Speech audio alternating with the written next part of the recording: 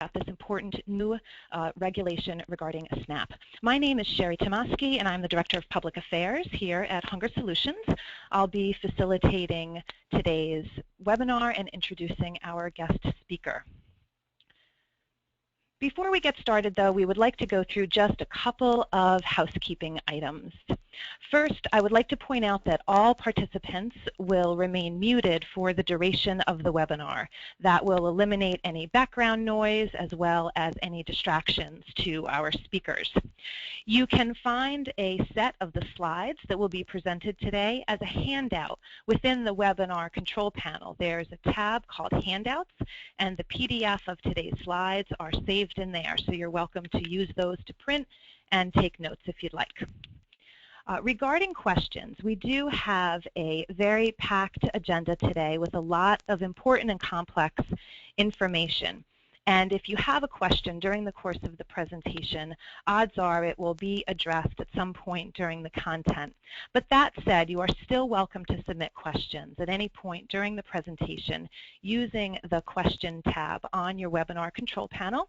You can send that in to the host and the presenters, and we will be able to see those questions during the course of the presentation.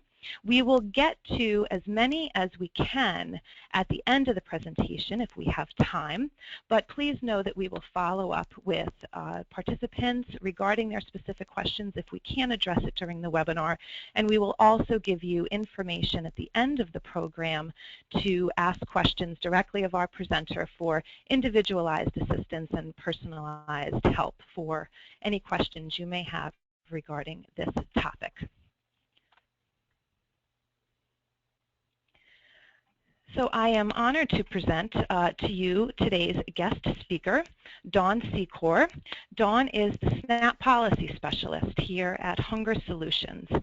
In her capacity, she provides technical assistance around the SNAP program. She facilitates our SNAP network, and she also advocates on SNAP issues at the local, state, and the federal level. She has been an anti-hunger advocate for over 2 decades and has spent a number of years working in communities to expand their capacity to provide the most vulnerable citizens with access to affordable and nutritious food. Dawn has been with Hunger Solutions since 2007 and is an expert on this emerging topic, and we are fortunate to have her expertise today. So with that, I would like to introduce Dawn Secor. Thank you so much, Sherry, and welcome to everyone joining us today. We're going to take a minute before we get into our agenda to talk a little bit about Hunger Solutions New York and what we do.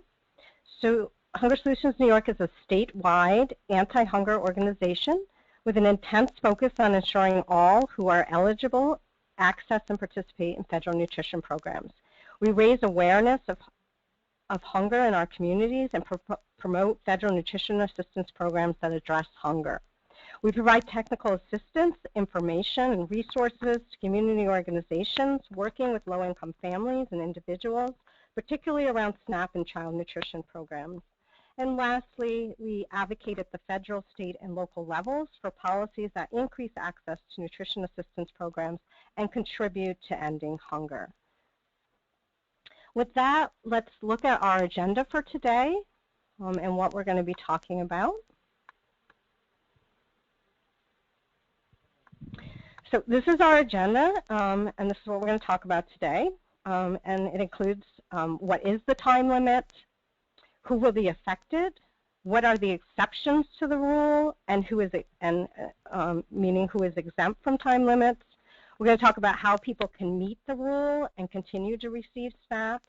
We're going to talk about what your organization can do to help your clients, and we're going to talk about resources and tools that we will have available for all of you.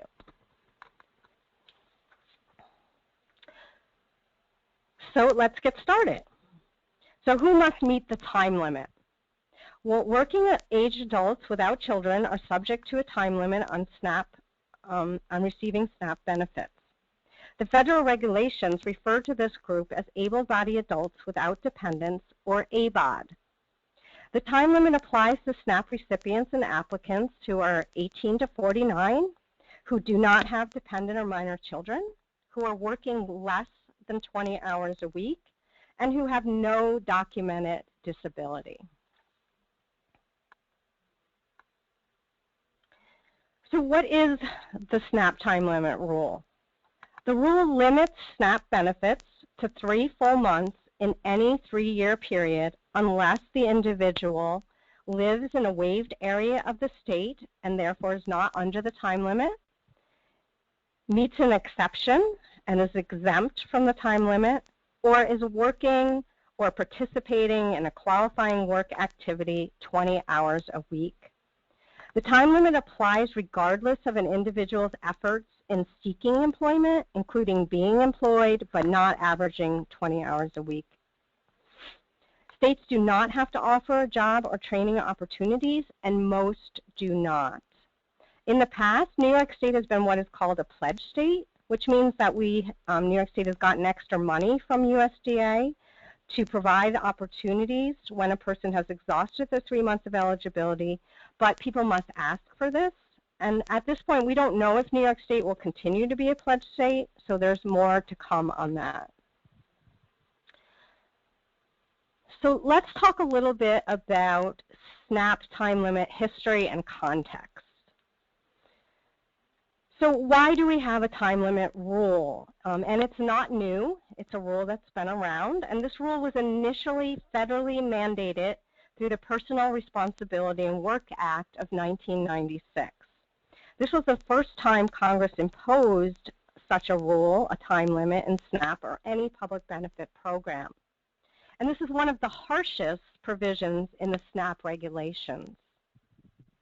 So why haven't you heard about this rule before?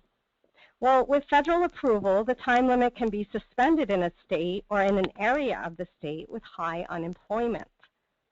So although the rule was implemented in 1997, by 2007, most states had some kind of a waiver of the rule due to the Great Recession, with only 4 states still fully implementing the time limit rule statewide at that point. From 2009 to 2013, almost all states had full statewide waivers of the time limit rule due to the American Recovery and Reconstruction Act, or what we call ARRA. And this included New York State, but during this time, New York City declined the USDA waiver and kept enforcing the time limit rule. So New York State, although they had a statewide waiver, New York City was still enforcing the rule. So why is New York State reinstating the time limit rule now? Well, this is due to the improving economy, and many states no longer qualify for a full statewide waiver of the time limit. USDA has notified 23 states that as of 2016, they will no longer be eligible for a statewide waiver of the time limit, and New York State is one of these states. Therefore, New York State will no longer be eligible for a statewide waiver as of January 1st, but some counties and jurisdictions may still be eligible for a waiver due to high unemployment. It's also important to remember that this provision is complex and difficult to administer. It requires new systems, forms, and notices, as well as substantial training and support of eligibility workers. States need time and resources to gear up and have been under tight time frames to prepare. And a consequence of the confusing rules is that eligible people can be cut off of benefits.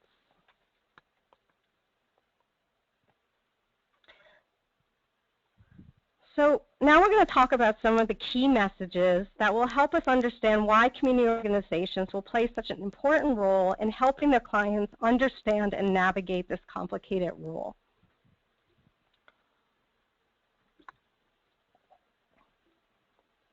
So this provision is often characterized as a work requirement, but calling it a work requirement suggests that it encourages people to look for work and provides training or work fair positions to everyone subject to the time limit. However, individuals working less than 20 hours a week and those looking for work are still terminated from SNAP after 3 months through no fault of their own. Therefore, the ABOD provision is a time limit, not a work requirement, and this is a very important message to share. Secondly, cutting SNAP benefits to the extremely poor and vulnerable group will cause widespread harm. By 2000, 3 years after the time limit was first implemented, an estimated 900,000 individuals had lost benefits. In states who have recently reinstated the time limit, there have been large drops in participation. In Maine, for example, 9,000 people lost benefits. They went from 12,000 plus people participating to a caseload of less than 3,000 people. Maine is an example where things went really wrong and many eligible people lost benefits. And the other thing to know about Maine is they did not have to reinstate the time limit. They decided to do it as a political action, and then they cut many eligible people off. Another key message is that identifying existing ABODs requires individual assessment of their circumstances. So states with simplified reporting requirements like New York State will not have information in an individual's case file to determine whether the individual is subject to the time limit or exempt from them.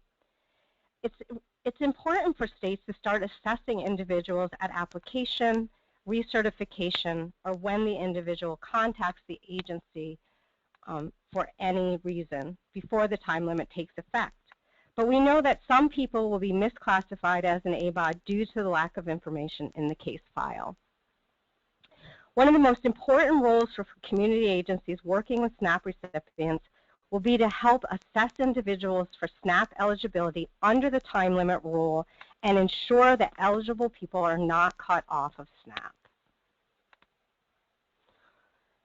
So now let's look at a timeline for implementation in New York State. And you can see we have these little buttons with dates on it. So SNAP offices should be starting to assess individuals. They are looking at case files, but we already know that that's a problem. There's not enough information in the case file. And some of the things that aren't in the case file that caseworkers won't be able to find is the number of hours somebody is working or whether or not someone is participating in a qualifying work activity. They won't know if someone's unfit for work. They won't know if someone's pregnant or otherwise exempt. And we're going to talk about the exceptions in qualifying work activities in a few minutes. SNAP offices should be talking to people about the time limit during any point of contact prior to reinstatement. But most people will not learn about the time limits until they receive a notice. And you see the second button on our timeline talks about a notice coming in late November, early December. And OTDA is the Office of Temporary and Disability Assistance, and that's our state agency that administers SNAP in New York State. So let's talk about the notice. So a notice will be sent by OTDA in late November or early December to any potential ABOD in all non-waived counties and jurisdictions. OTDA may send a second letter to those in the waived areas as well.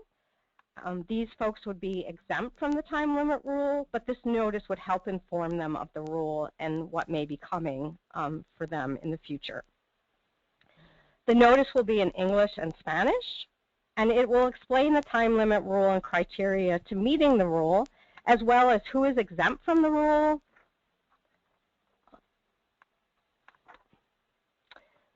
Our next bullet, our button on our timeline, is a big one, and that is on January 1st, the time limit will be reinstated in many areas of New York State.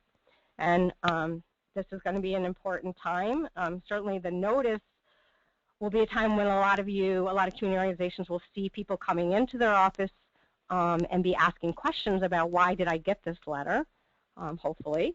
But January 1st is when the clock is going to start ticking on the time limit. The original estimate of the number of people affected in New York State is about 165,000 people.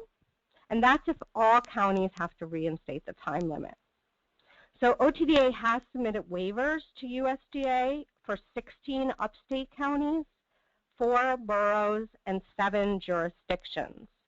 Currently, New York State is waiting for USDA's approval on these waivers, and we do not know, and no one seems to know when USDA will approve the waivers. So the waivers are important, though, because they reduce the number of those affected by the reinstatement of the rule. And if all waivers submitted are approved, this could reduce the number of people affected in New York State down to 55,000 to 65,000 people. Before we leave our timeline, I do want to talk a little bit about Hunger Solutions goals around the reinstatement of the time limits. We feel it's really important to educate community organizations like all of you about this harsh time limit rule and its impact before it's reinstated. And one of the reasons we're doing this now is we wanted to get out and talk with you before notices start going out to folks and people start showing up in your office asking you questions. We also really want to limit the impact of the April 1st cliffs, the last button on our timeline here, for anyone identified as an ABOD who could lose their eligibility for SNAP on this date for a 3-year period. And we want to keep the number of people in New York State who lose benefits due to the time limit as low as possible and ensure that no one who is eligible for SNAP loses benefits. So now we're going to switch gears and talk about who is affected by the SNAP time limits.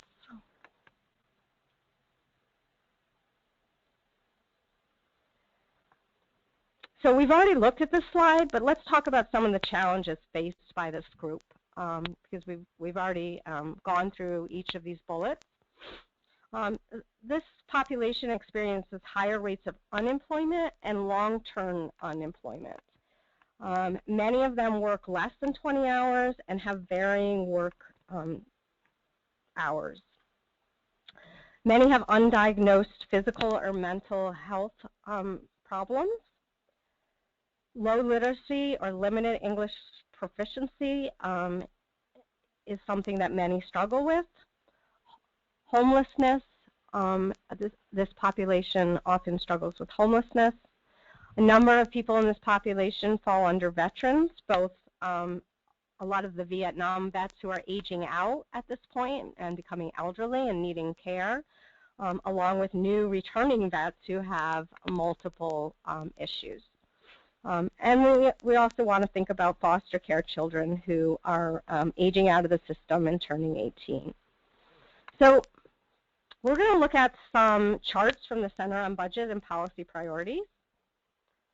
And we're very appreciative to the center, who's been really the leader on this issue since January of 2015, and have been talking and bringing groups together, groups of states, and have been really helpful on for Hunger Solutions and others of us to better understand what's going to be happening in our states. So this slide looks at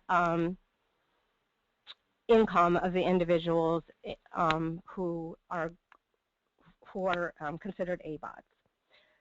So while on SNAP, the average income is just 19% of poverty for an individual, which is about $2,200 on an annual basis.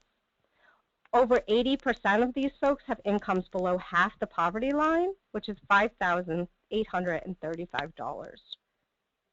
This is a vulnerable population with little to no resources.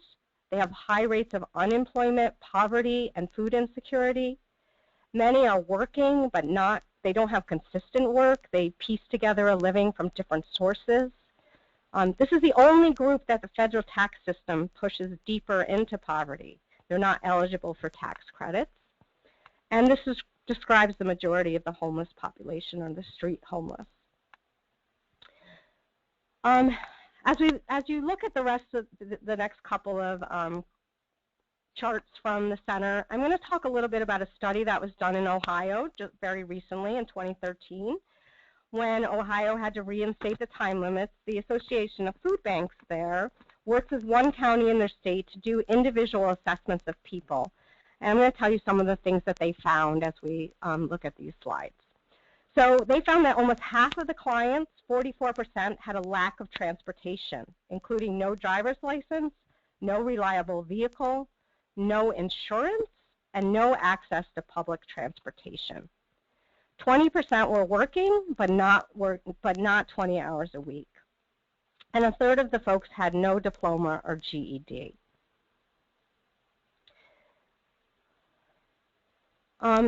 The Ohio report also found that 31% reported they had a physical or mental health limitation.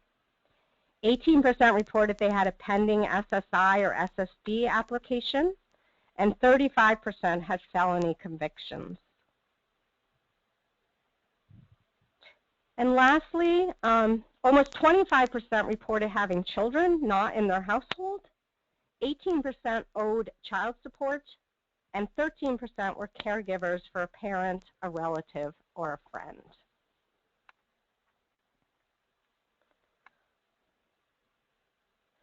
So now we're going to talk about the exceptions and who is exempt from SNAP time limits.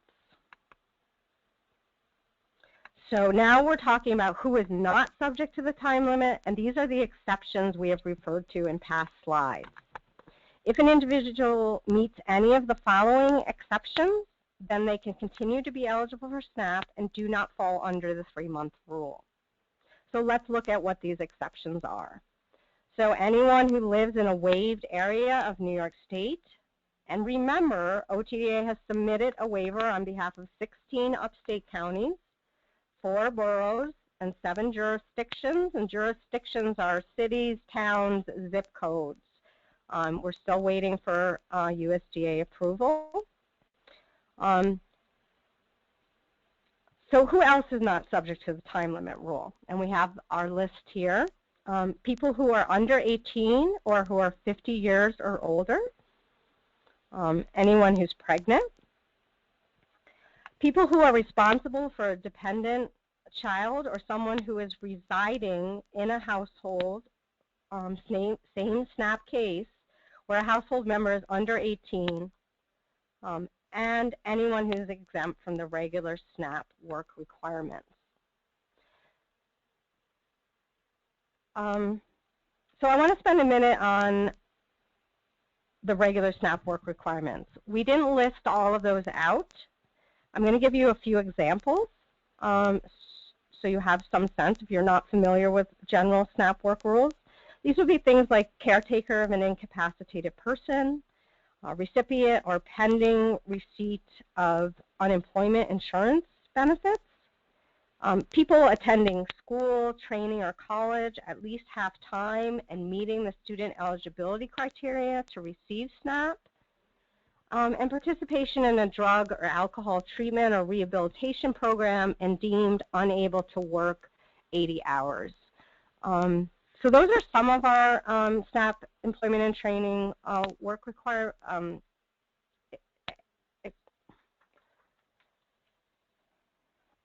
work rules. And you can find more information about general SNAP work rules in our SNAP pre-screening guide. We have a link later in this presentation, and we're going to talk a little more about the guide and where you can find it. I want to change slides before we talk about the last bullet because I really want to pull this one out. So finally, and most important to know, is the exception for those who are physically or mentally unfit for work. And there are 3 ways to demonstrate unfitness as outlined in the federal regulations. Receipt of disability payments, worker observation, or a statement from a medical professional. Many non-disabled individuals face significant barriers to work short of severe and permanent disabilities that make them unfit for work. It will be extremely important to ensure that anyone meeting the unfit for work exception is not put in the ABOD bucket and subject to the time limits.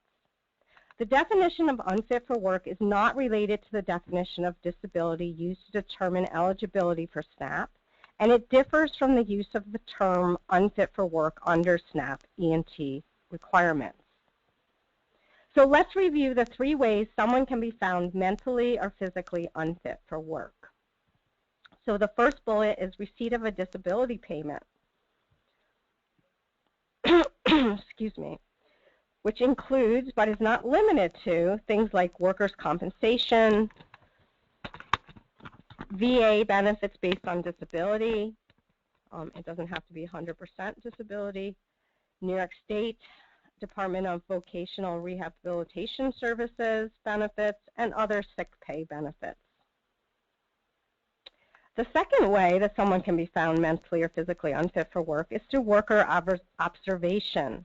But this presents a real problem in New York State and most other states, as clients rarely see caseworkers anymore due to technology and the streamlining of our application process, which now includes people applying online and most folks having a phone interview. These are all good things, but when it comes to a caseworker being able to assess if someone is mentally or physically unfit for work through seeing them, it is not clear how this can be determined over the phone. And unfortunately, USDA has not provided guidance to states on how to do this. So we don't have a lot of information for states on how they should do this. The last way to determine if someone is unfit is through a statement from a medical professional. And this really becomes the go-to for many people who are going to fall into this bucket of unfit for work and will not be subject to the time limit. There is a state form that can be used. It's the LDS 4546. I would encourage you not to use that. And the important thing to know is a written statement from any of the listed healthcare providers on the screen is an acceptable documentation. And clients are going to need help. They're going to need your help to understand these exceptions and to obtain the necessary documentation needed to be determined unfit for work.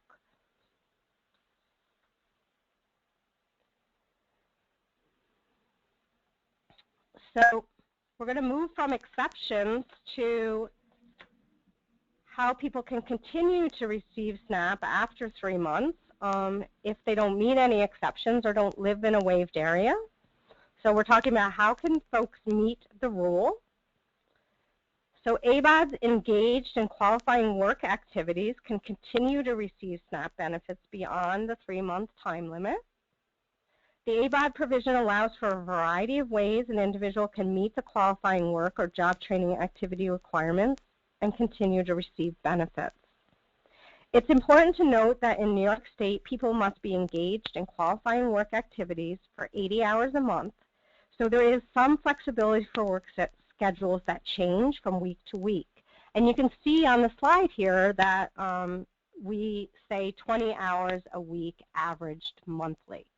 So that is something that New York State does that other states may not do. Correctly attributing all permissible work activities is important and will help individuals keep benefits. So let's review what the allowable qualifying work activities in New York State are. So number 1 is working 20 hours a week. And according to SNAP regulations, work includes any work in exchange for money, in exchange for goods or services, and unpaid or volunteer work. The second qualifying work activity is participating in a qualifying work or training program approved by the SNAP office. Number 3 is participating in a program under the Workforce Investment Opportunity Act, or WIOA, which may include job search, job readiness, occupational skills training, and educational activities. WIOA is a new development, and New York State is one of the few states who is doing this. So there's more information to come on this, and I know I have talked to some youth workers, and I know under WIOA there is a youth program for people 18 to 24. So if you work with youth, just something to note, and like I said, more information to come. Our next, number 4, under qualifying work activities, is a combination of working and participating in a qualifying work program 20 hours a week or more. So those are the things that we've covered so far: the working, the training, and the WIOA job search, or job readiness and skill training. Our last one, complying with work experience, or WEP assignments, or what's called Workfare nationally. This is a standalone activity, and it cannot be used in combination with the other qualifying work activities. WEP, or Workfare, is defined as working off benefits at the higher of the federal or state minimum wage. It does not require 20 hours per week to qualify for SNAP. So, for example, a single person who gets $194 in SNAP benefits divided by the federal minimum wage of $7.25 equals 26 hours. So in this example, this person would need to participate in a WEP assignment for 26 hours a month, which you can see is much less than working 20 hours or participating in qualifying work training program 20 hours, and so on. Of course, Workfare is not something that we usually advocate for. It has not been shown to improve employment outcomes, but it does have advantages for this population, and that's that less hours are required to qualify, and this is some WEP assignments can hold folks over till they get a job or a training activity slot.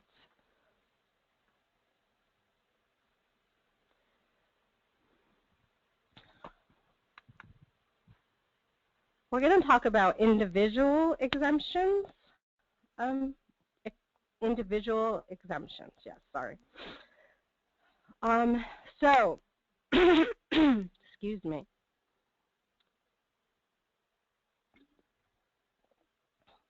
USDA provides states with the ability to set their own individual exemptions to extend SNAP eligibility to individuals who would otherwise be ineligible because they exhausted their 3 months of SNAP eligibility.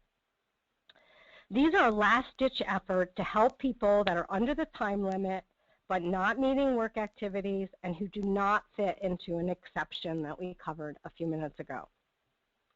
New York State has approximately 12,000 exemptions available to be used each month, or 145,000 for 2016. But these have to be shared between all non-waived counties. It's important to remember that an individual exemption equals 1 month of benefits for one person. So counties will develop exemption policies with guidance from OTDA. So community organizations will need to be familiar with their county's plan for using individual exemptions. And just to give you an idea, I mean, all sorts of things can fall under this. This is really a way that USDA provides states, and in our state, counties, with flexibility to determine who in their county they really want to be able to exempt and help. And this could be people experiencing domestic violence, people who are street homeless. These are examples that have been used in the past and used in other states. People with low literacy, or people with English as a second language, people with transportation barriers. States can use this when someone is working but not meeting those 20 hours, and give them a pass for a month.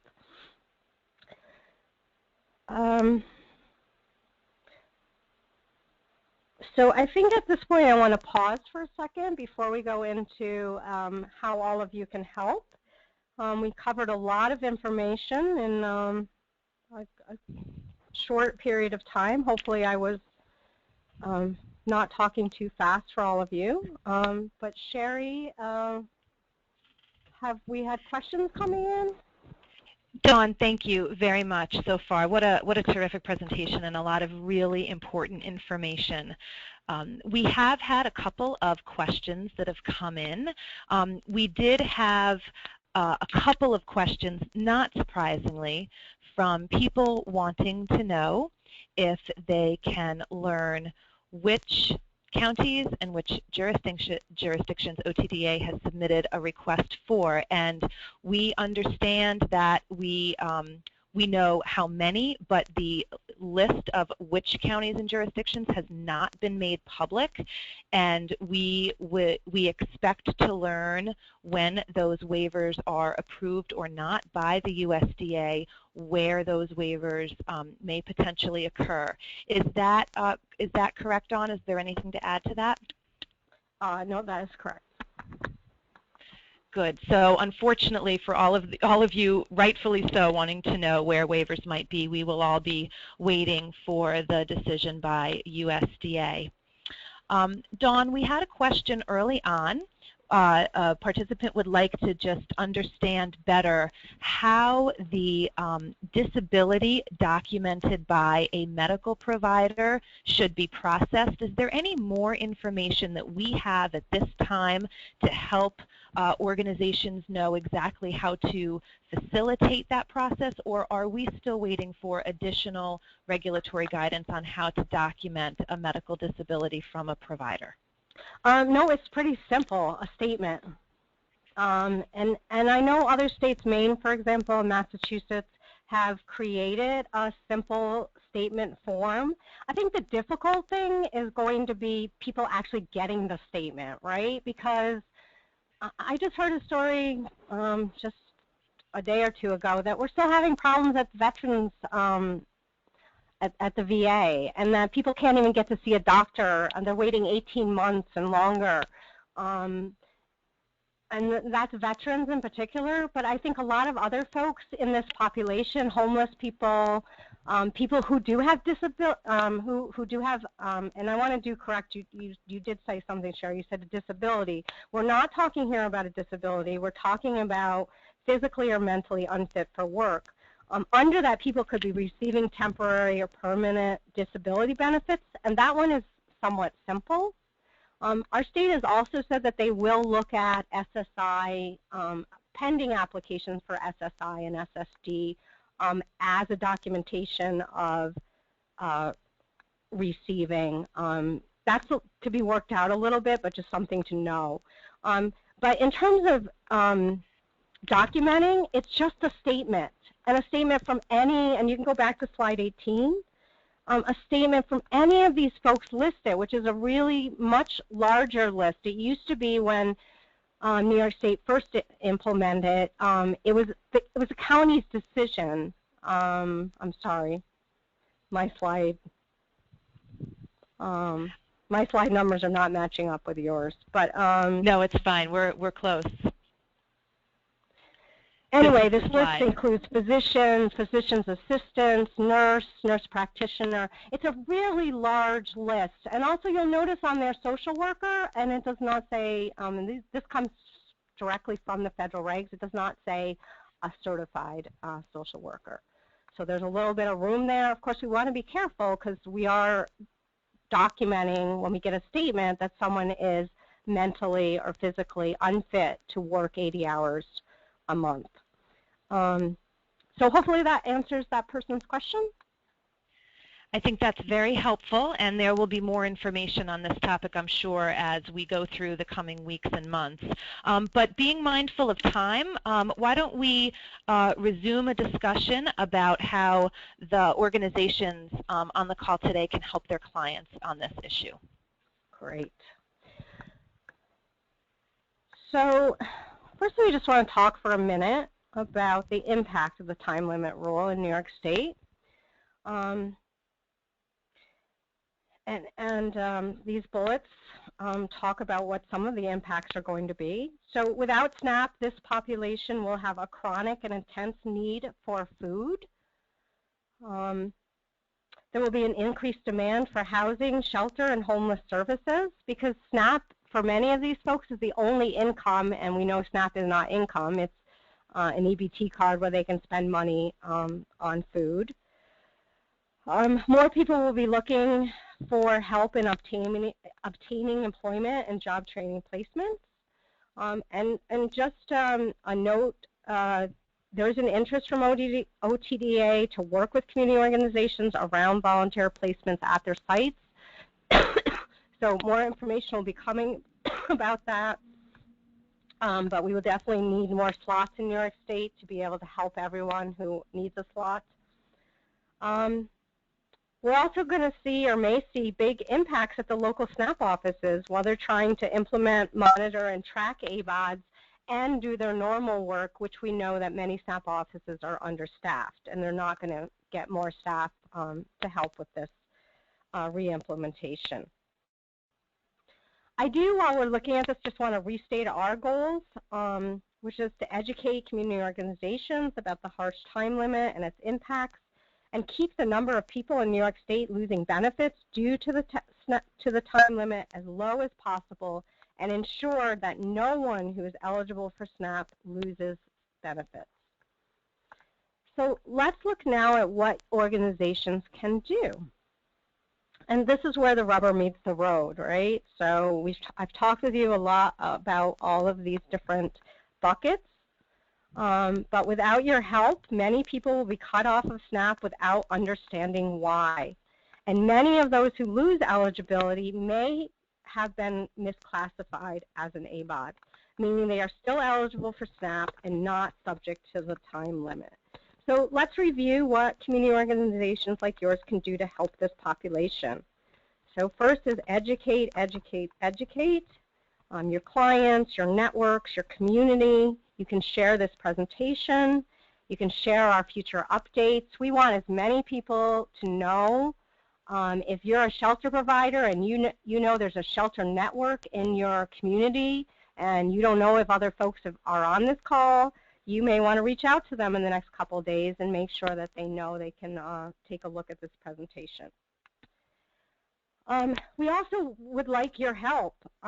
We'd like you to share stories about those who are affected by this rule with us and tell us what you are seeing on the ground as this rule rolls out and where the problems are happening.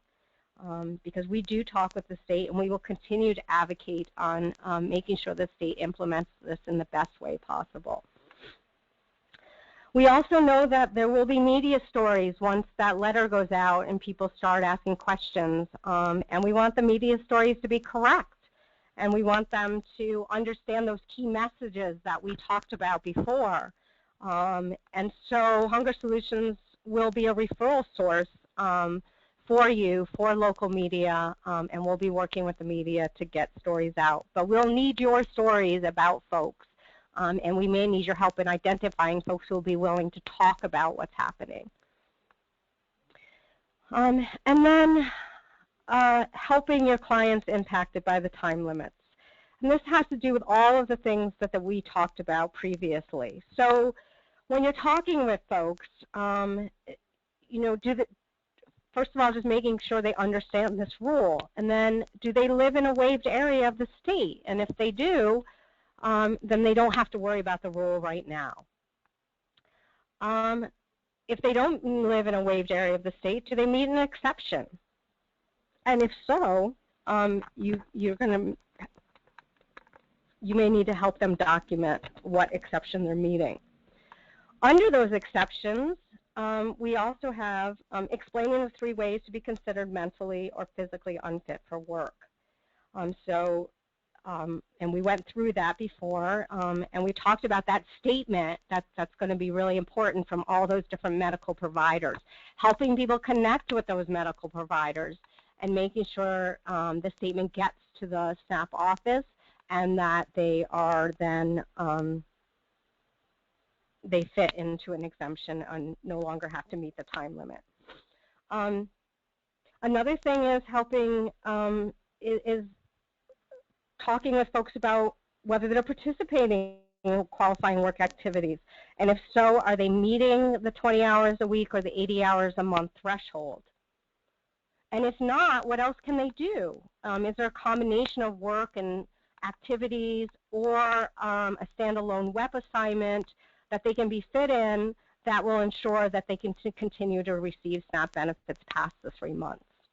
And we also need to make sure that they can document the work activities, because we don't look at hours of work normally in SNAP. We look at income. And if we're doing data matching in case files, that's not going to tell us how many hours folks are working. This is one way people can get misclassified.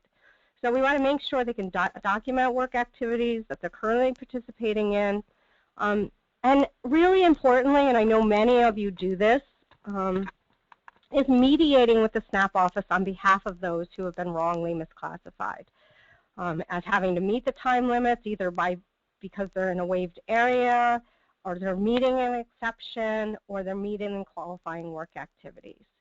And all of this comes down to, we really want to ensure that eligible people are not cut off the program due to this rule. And we're really going to need your help, and your clients are really going to need your help in making sure that that does not happen like it's happened in other states. So I think we're starting to wind down on time here. So let's talk about some resources and tools. So Hunger Solutions New York has a website, and here is the URL to our website. We do have news and information that is put up on the website, and Sherry's going to show us here. In a minute, she's going to show us where we can sign up for the SNAP network. This is our website. Also, the pre-screening guide that I spoke to you about before lives on this website, and I'm going to talk to you about that in a minute a little more. And Dawn, at this point, we can show folks how to sign up for that SNAP policy update and also find so that they can get connected into that network of information. So from the home page of Hunger Solutions, there's an easy-to-find button at the top called Get Updates, and this takes you to our e-news sign-up list. And while the only required field on here is that you enter a valid email address, we certainly welcome you to tell us a little bit more about yourself in these fields. Once you enter a valid email address, which is a required field in order to complete this process, you then can select which type of newsletter you would like to receive.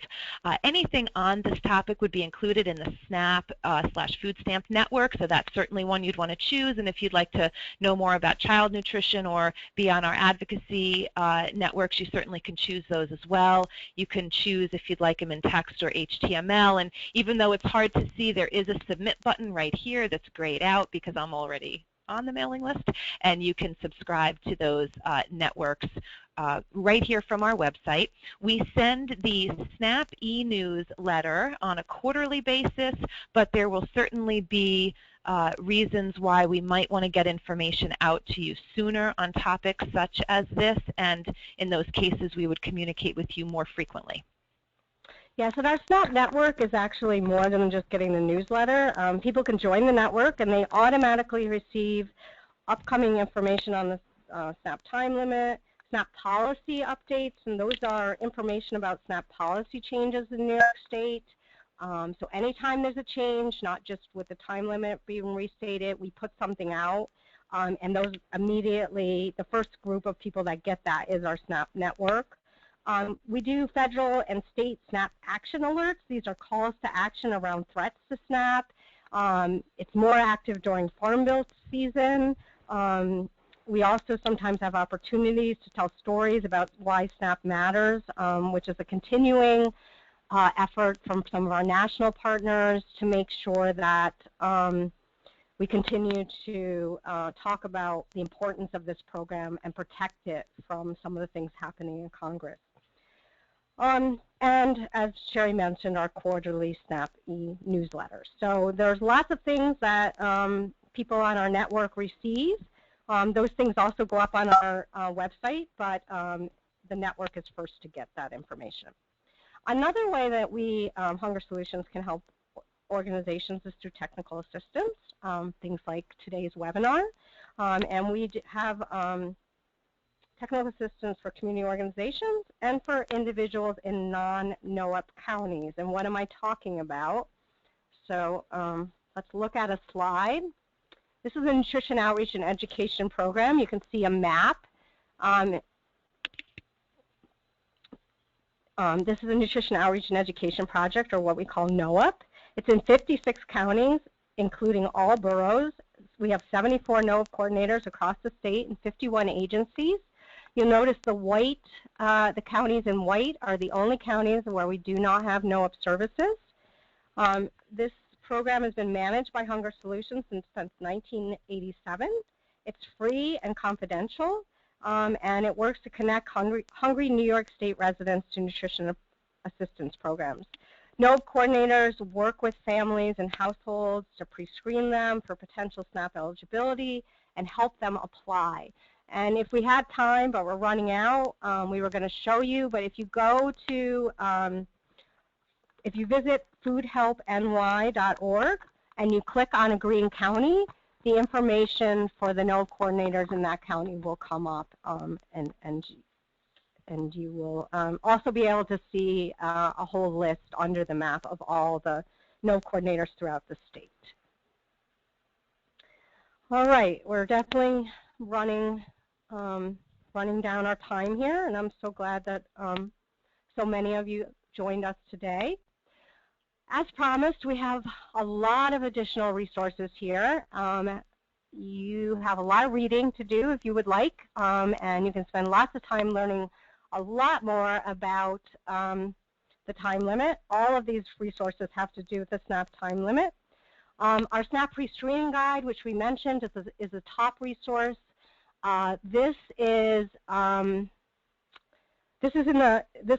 Actually, we have an updated version, October 2015. The print version is now available, and you can order that.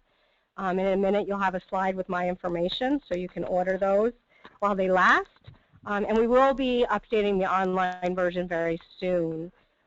This guide is everything SNAP. It walks you through the application process, eligibility criteria, how to do a SNAP budget, talks about recertification, has appendices and all kinds of charts and desk guides. If you've never seen it before and you work on SNAP, it's something you definitely should have. And then additionally, these resources include things from the Center on Budget and Policy Priority, from USDA, including their guide to states on ABOD, the Ohio study that I cited, the actual federal regulations. So if you are really wonky and really want to dig in, there is a lot here for you to get your hands on and take a look at.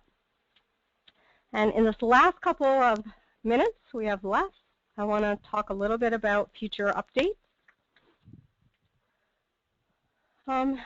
So Hunger Solutions New York continues to, plans to continue to walk this reinstatement with all of you and with SNAP recipients and applicants. So we'll continue to share information with folks who are on today's call. As Sherry mentioned, this webinar has been recorded and will be made available to all of you. You already have slides from today's presentation, which you are free to share as widely and as much as possible. Put them up on your website. We will provide periodic email updates as more information becomes available, and some of the things I talked about before on the previous slide about some of our resources will have to do with the time limit. And last thing I want to tell you is we are developing a checklist that will help community organizations determine if an individual is exempt from the time limits by living in a waived area, meeting an exception. The checklist will also help you determine if someone is participating in qualifying work activities and meeting the time limit rule. So I think we only have 1 or 2 minutes left. We want to go to the question slide. Here's my information. I am just one person, and I will be traveling next week for a big meeting that's happening with all state SNAP directors, so I will not be in the office, but as Sherry said, we will do our best to answer questions. I'm happy to help community organizations who have questions about this or any SNAP questions. For individuals who are in a non-NOAP county, we do have another person here who acts as a NOAP for those individuals, and certainly you can refer folks in non-NOAP counties to us, and we will make sure they get to the right person. I think we are at our, well, we got like 2 minutes left. Well, thank you, Dawn, again, for wrapping that up so nicely. I will say that we did receive a couple of additional questions that I can tell just by looking at them that we need to either await clarification or seek some clarification on. So if we did not get to your question, please be assured that we will research whatever information you're looking for and get back to you. We do have a record of who has submitted questions, and we want to thank you very much for that interactivity and for your time and attention for this past hour. We do hope that this webinar has been helpful to you, and we are glad to be a partner with all of you in helping you help your clients through this transition period. As Dawn said, there's a lot more information to come, and by virtue of having registered today, you will be receiving information on both the ABOD topic as well as any other regulatory issues that you should know about. So I would like to thank Dawn Secor for a very thorough presentation today. Thank you so much, Dawn. And we are so glad that you joined us. And on behalf of Hunger Solutions, I'd like to thank all of you for your time today. This concludes our webinar, and we will speak to you again soon. Thank you.